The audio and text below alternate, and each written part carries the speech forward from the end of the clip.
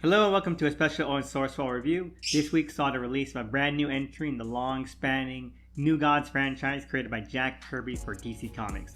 Mr. Miracle, The Great Escape from Varian and Daniel Iles.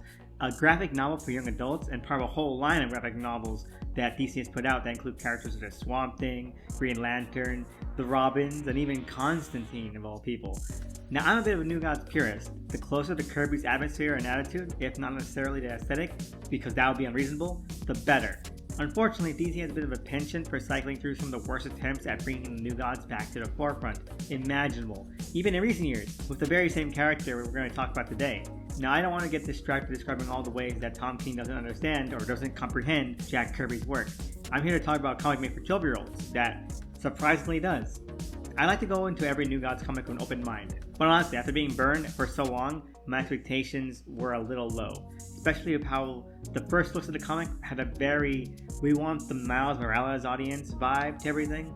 From the aesthetic of Scott Reed's costume to certain visual beats, it all screams post Into the Spider-Verse. So I had some reservations about whether it's going to be a comic that really took what Kirby's universe had to offer and bringing it to a new audience, or was just a cash grab.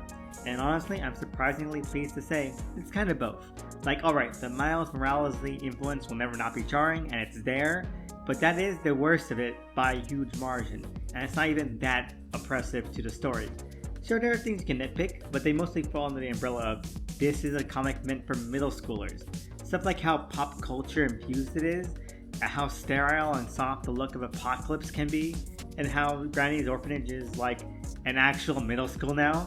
And instead of being, full of torture and militarized indoctrination and recruitment, it's like Hogwarts or something. Kanto, Flores Godfrey, the Furies are all middle schoolers who all attend classes together, and the Furies are basically hall monitors. Stuff like that.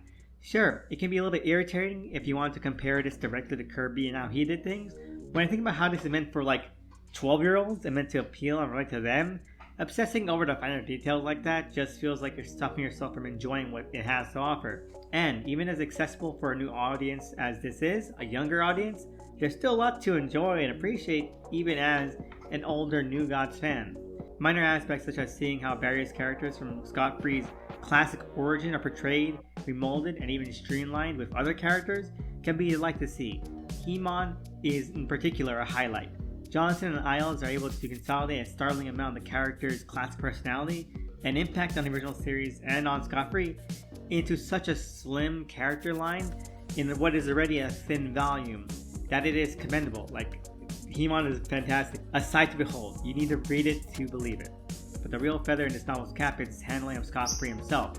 Because, like I said, that very Spider-Man-y sense of the character is really just a surface level to draw people in and get them interested on this new take on the character.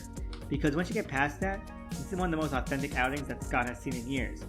Because the thing about Mr. Miracle, The Great Escape, that puts it above other recent Mr. Miracle comics that are self-proclaimed returns to Kirby, is that it takes something that was actually a part of Scott's origin and expands the emotional crux of it in a way that makes sense. One of the ways the novel was advertised was as a bit of exploration of PTSD and depression. Again, not the first Mr. Miracle comic to tout that claim, but it's possibly the first one to create a character thorough line that doesn't just make a bunch of shit up like Tom King did. Johnson and Iles pull directly from Kirby's seminal Scott-Free origin issues and flashback sequences and isolate the moments of self-doubt, introspection, and even self-loathing that Kirby would only just sort of glimpse at, and they use that to underpin Scott's character core in this. While both Johnson and Iles' Scott and Kirby's Scott were both carefree daredevils with a lot of enthusiastic gumption, this is one time where I'll say that Kirby falls a little short by comparison. As outside the young Scott-Free flashback stories, Kirby Scott never really grasps past that initial vibe. But Johnson and Iles make it clear that this is just a confident facade for Scott to lose his worries with him. A mask, literally, to hide from his pain, trauma, and fears.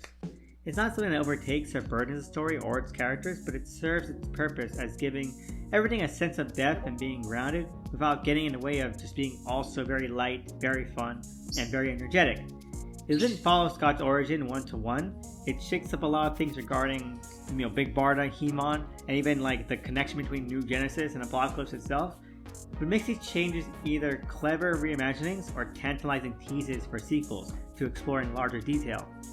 And, thinking of Big Barda, Outside of Scott's internal struggles and inner conflict, his and Bardo's relationship makes up the second most important aspect of the novel, and it is portrayed very lovingly and very heartwarmingly, which is what matters, in the end.